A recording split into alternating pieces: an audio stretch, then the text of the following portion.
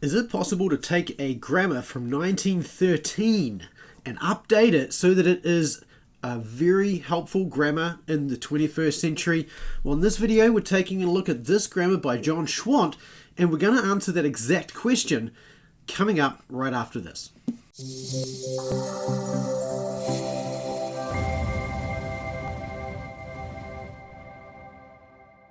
This video is sponsored by Logos Bible Software. I've been using Logos Bible Software for years. I used it throughout my PhD studies and it was incredibly helpful. In fact, I couldn't have done my PhD in New Zealand, where I live, without Logos Bible Software. So I strongly recommend it as a tool for research and for study of the Word of God.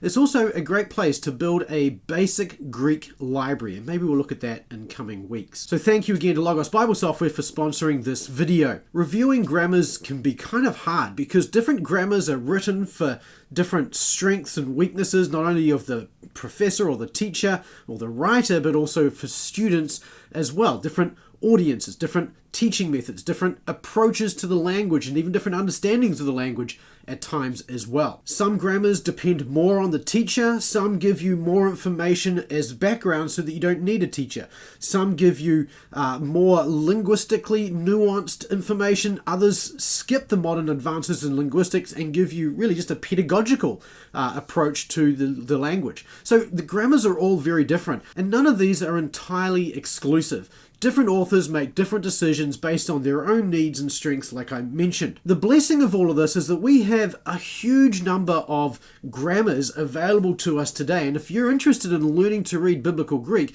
there are so many options available for you to go and do that. One of those, of course, is Master New Testament Greek. And if you go to masterntgreek.com/roadmap, you can download my free roadmap to mastery, which is really how I help people to learn to read the Greek of the New Testament. But today we're going to be looking at this grammar by John Schwandt. This grammar is published by Lexham Press, and Lexham Press is part of the Faith Life family of organizations or businesses or whatever you want to call them. Now, this was first published in Logos in 2017, and it's just been released this year, just in the last month or two, I believe, in print edition as well. Now, if you already own a copy of the 2017 edition on Logos Bible Software, you can go and upgrade to the revised edition free of charge.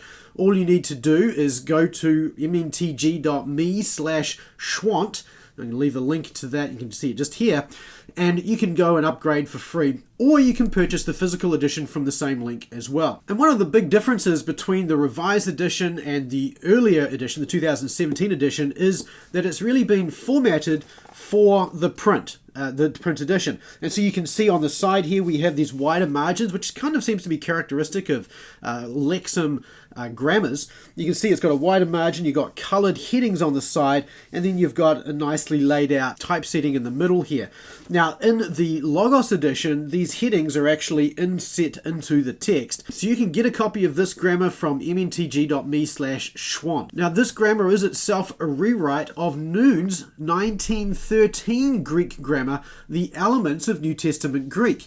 Now, you can see here in the screenshot just in front of you here that you've got on the left Schwandt's revised edition, and then on the right you've got Noun's edition, and they're both on the same chapter. And you can see that there is a big difference. In the revised edition of Schwandt particularly, there is a lot more explanation and a better layout. If you're finding this video helpful, go ahead and hit the like button. That really helps this video to get traction on YouTube and tells YouTube that it's kind of helpful. Thanks very much. Now, the other thing to notice here is that in the Schwandt edition, there are a lot more exercises. Now, Noun, here again on the left, provides just a simple number of texts to translate. He provides you with some composition exercises. You can see they're all kind of jammed in there. And then on the right, you've got Schwandt, and Schwandt takes you through morphology exercises in some chapters. He gives you those same faux translation exercises and the composition exercises, but then he adds to that scripture translation in many chapters, or in most chapters as well. And in addition, in the Logos edition, as you can see here, you get the spaces underneath each of these to fill in your response to the questions as well. And this is not in the print edition. The print edition really just gives you the text, and then it expects that you're going to go and get a piece of paper to fill those in. And certainly you get a lot more space in the Logos edition than you do in Noun's early edition as well. And the result of that is that in Schwandt, you've got about 317 pages of grammar, whereas in Noun, you've got about 122 pages. So it's much shorter, and you've got a lot more information in Schwandt. Now, the other thing about this grammar in general is that it includes the workbook, as you've already seen. So there's no additional workbook to buy. And I think this is the way to go. I really don't like grammars that have an additional expense for students to buy the workbook as well. So I really like the approach of having the workbook or having the exercises built into this. And on top of that, the other bonus with this is it does include an appendix with all the answers. So if you're not sure of the answer and you do need to look it up, which I never recommend you do, you can go to the back and you can find the answers. That makes this much better for self-study than some of the other ones that don't give you an answer key at all. So this is designed not only for a classroom environment, really, but I think even better for someone who's self-studying. Now, there are a couple of things about this grammar that make it a little different. First of all, there's an emphasis on accents. It's a stronger emphasis on accents in this grammar than I've seen in any other grammar that I've looked at so far.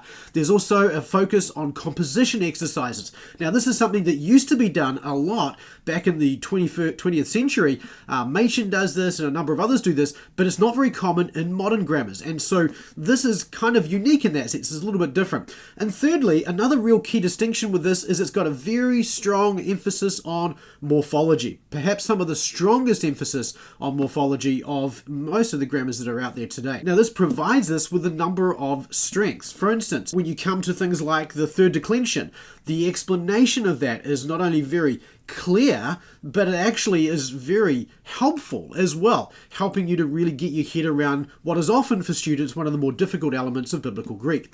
It's got a very solid discussion of verb formation. For instance, when you're looking at the present verb formation, he's going to explain to you all the different types of roots and how they change based on the morphology and what's going on in the morphology. And now, sometimes these actually differ a little from Mounce's as well. At least they seem that way the first time you read them, but often they're very similar in the way. But he's obviously come to his conclusions in a way that is slightly different to the way Mounce has. Not that they're different or contradictory, they're not, but they're really just coming at it from two different perspectives, but explaining things in similar ways. So this is a great complement to another grammar that explains the morphology really well like that as well. Thirdly, it also gives you a stronger focus on pronunciation. And again, for a modern grammar, particularly one that notes that there are 3 different pronunciation systems that are being used, this is kind of unique and it's kind of interesting as well. A couple other things that are different in this is that unlike many grammars where you have 2, 3, 4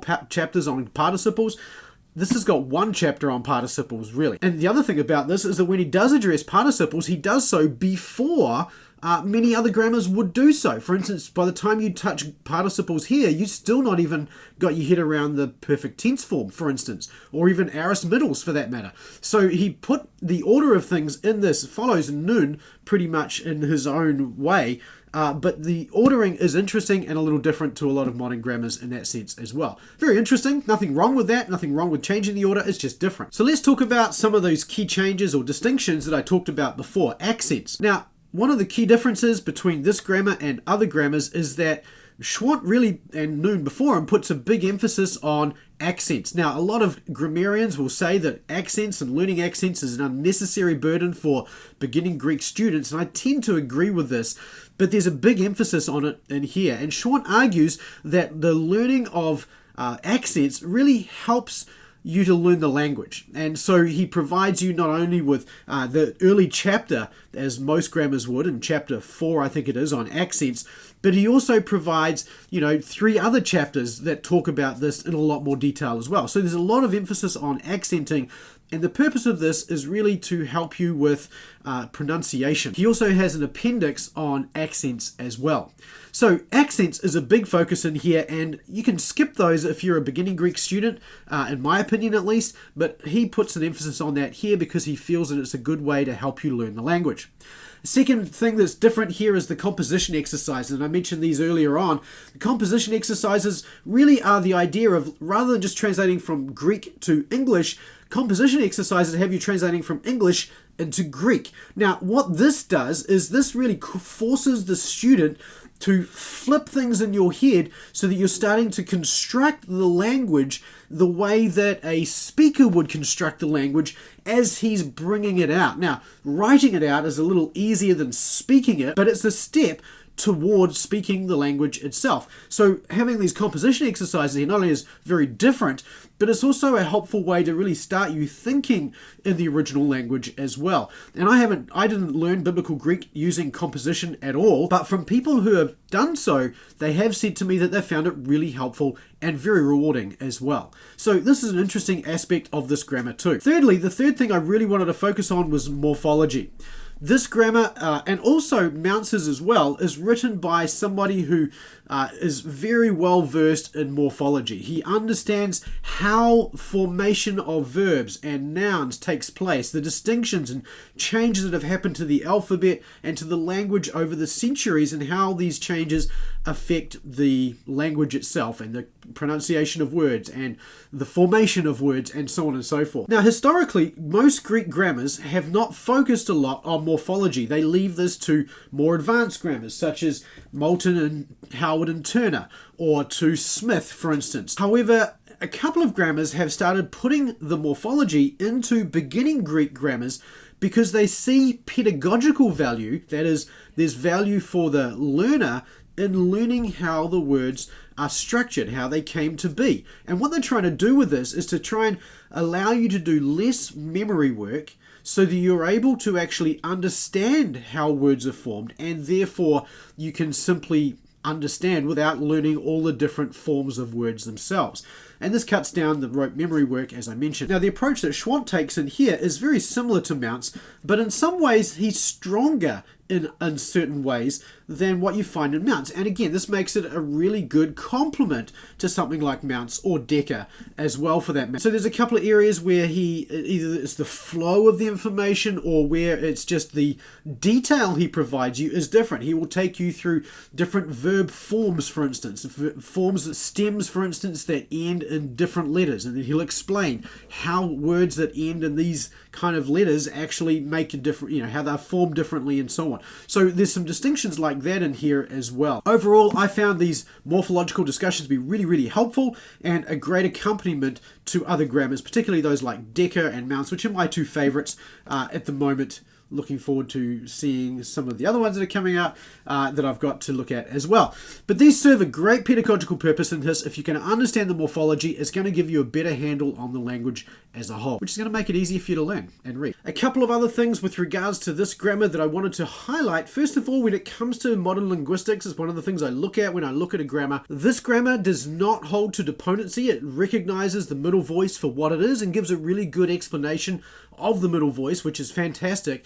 It does hold to time in the indicative mood though, which most grammars do, so there's nothing unusual there, but it doesn't really embrace the arguments put forward by Fanning and Porter with regards to not having time in the indicative mood, and so it doesn't really address that, or it doesn't really take a strong side in that. So that's one thing to bear in mind if you are focused on finding a grammar that is a little bit more aspectually focused. Now, that's not to say there's not a good discussion of verbal aspect in this. There is, but again, I just didn't feel that it was as complete as something like Rodney Decker's grammar, or even the Gibson and Campbell grammar as well. A couple other things that just are worth knowing. First of all, is a different order of the nouns. Most grammars, they work in the order of nominative, genitive, dative, and accusative. This grammar takes more of the British approach, which is nominative, accusative, genitive, dative, so it changes the order a little bit.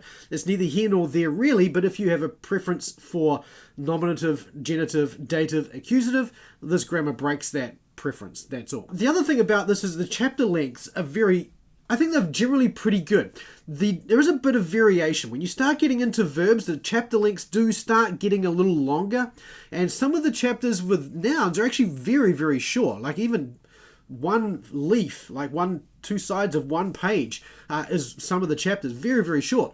But when you get into verbs, like I mentioned, they get a little bit longer. Now, I didn't get the impression anywhere in this grammar that there is so much information in every chapter that a student would be overwhelmed. In fact, probably in some ways there's not enough. But you've got 37 chapters broken into reasonably short chapters, and the amount of information in each chapter is consistent in terms of he's not introducing lots and lots of ideas per chapter.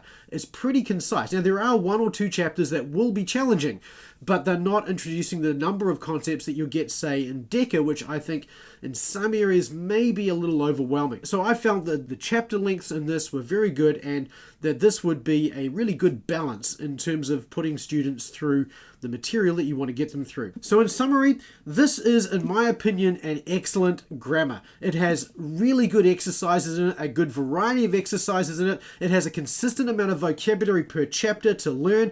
It has a very strong morphological discussion in every chapter, talking about how things are formed. The only thing I think that I would probably skip would be some of the material around accents. It's there if students want it, but it's probably not, I wouldn't think it would be the sort of thing that I would say is really necessary. I would tend to side with Mounts on this and sort of say, well, it's probably a little bit more of a burden for a student than is necessary, as long as you know that accents tell you where you should put the stress when you're pronouncing a word. So with that, this is, in my opinion, a great choice for a beginning Greek grammar. One of, really, in my opinion, this is one of the best that I've looked at yet, and will be going toward the top of my list of grammars to recommend in the future. But what do you think? Have you looked at this grammar? I'd love to know your thoughts on this as well. What have you found helpful in it? What have you found not so helpful in it? Leave a comment in the comment section below and let me know. And if you want to see more videos like this, hit the subscribe button and the notification bell so that you know when new videos are released. And don't forget to go to masterntgreek.com/roadmap to download your roadmap to mastery of the Greek New Testament. I look forward to seeing you in the next video. See you then.